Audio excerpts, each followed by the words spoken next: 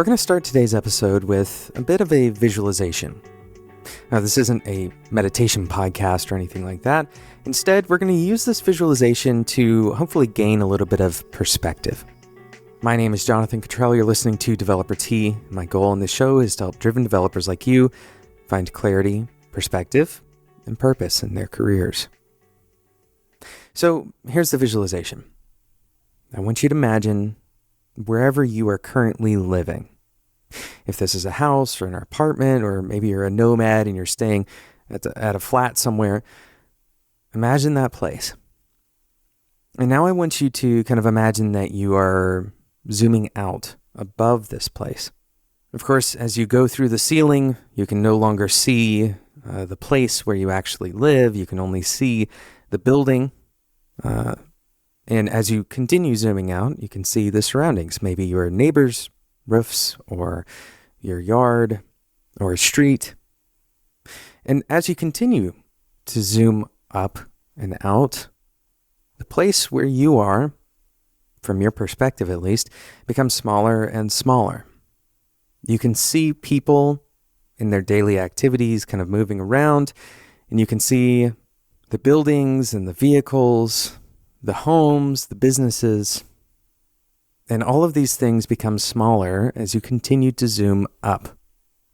If you've ever taken a commercial flight, many of you probably have, you probably have an idea of what this picture looks like.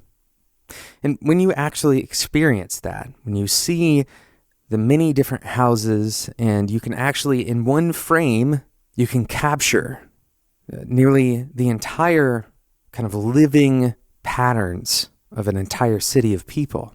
This can be a profound perspective to gain.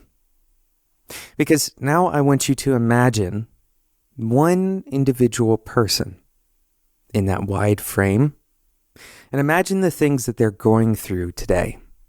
The personal struggles, or the grief, the excitement, maybe the bills that they need to pay, the mortgage they have, or maybe they're trying to pay off a car. And from that zoomed out frame, imagining that one individual and their experiences.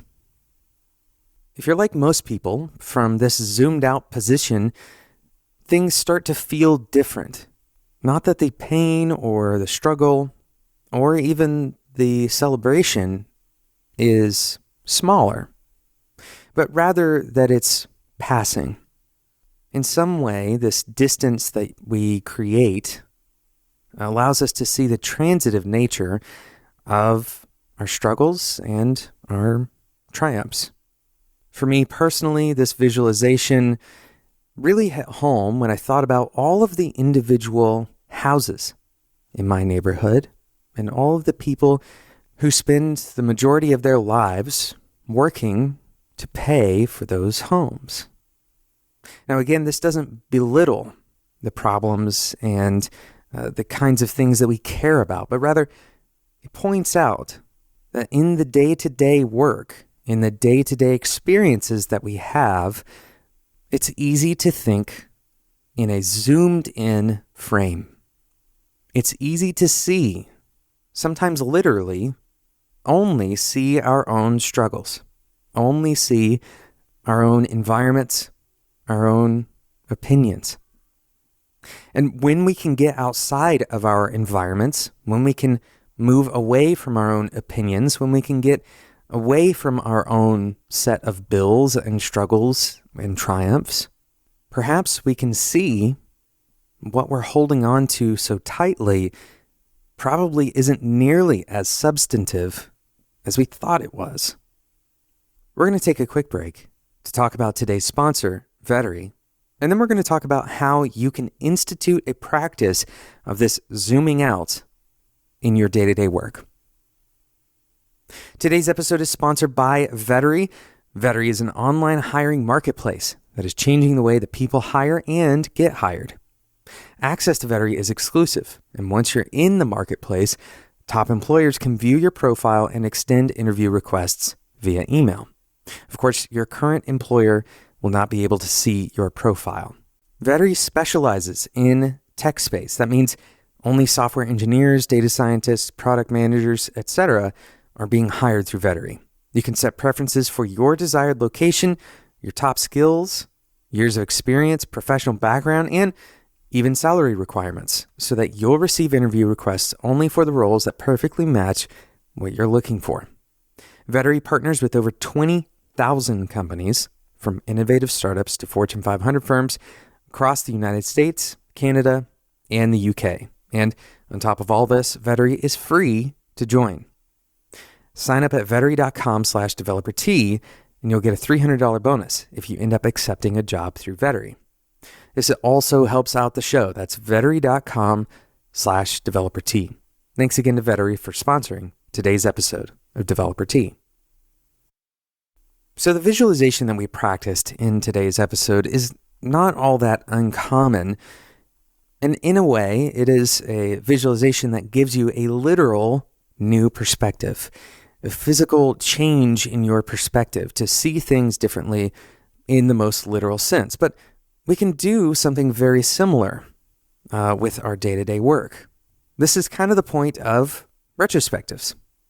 Once you have some distance, it doesn't have to necessarily be physical distance. It can be time between you and an experience. When you have some disconnected position from that experience, if you're not actively experiencing it or the effects that come after that experience, you can look at that experience and evaluate it differently than you would during the experience. In some ways, you can evaluate this almost like a third party would. In other words, an observer, someone who isn't actually experiencing something. You can look back on your previous self and evaluate closer to the way that a third party person would. Of course, the water isn't totally clear. We don't have a perfect picture of how we evaluate our past and how our kind of biases and our self-protection mode and our ego can play into the way that we evaluate our past experiences. It certainly does, but it does in different ways than our present experience. A retrospective allows you to kind of put your mind back in that original experience, but with very low stakes. Your mental simulation of that experience and playing out different scenarios, different ways of acting can be incredibly valuable. Of course, we aren't perfect prediction machines, but we can evaluate our behavior for things that we wish we had done differently and then mentally encode some of the things that we're learning from these retrospectives. In kind of an oversimplified way, this is the process of learning from your mistakes, or at least learning from your experiences. We should do the same kind of retrospective and evaluate the things that we did well. We can look at our behaviors that may have contributed to those positive outcomes. There is one important caveat to talk about when we're talking about retrospectives, we're talking about gaining perspective, and that is the idea that we may not be able to evaluate the past clearly. In fact, our ability to evaluate the cause and effect of some previous event is incredibly hindered. Not only because we don't really know all of the factors and all of the random events, all of the ways that the stars aligned, so to speak, that contributed to a particular success or a failure, but also our memories are not necessarily reliable. When we access a memory, you've probably heard this, it's a popular fact now. When we access a memory, we are actually changing that memory to some degree. And so it makes sense to perform all of your retrospective kind of perspective gaining exercises with a big helping of salt. Focus on the things that you might adjust rather than deciding what factors led to what outcomes. This allows you to perform the most fundamental unit of learning, and that is iteration. Thank you so much for listening to today's episode of Developer T. A huge thank you to Vettery for sponsoring today's episode. Head over to vettery.com/developer-T to get started today, and you'll get that $300 bonus if you end up getting hired through Vettery. Thank you so much for listening. Today's episode wouldn't be possible without Spec.fm and our wonderful producer, Sarah Jackson. My name is Jonathan Cottrell, And until next time, enjoy your tea.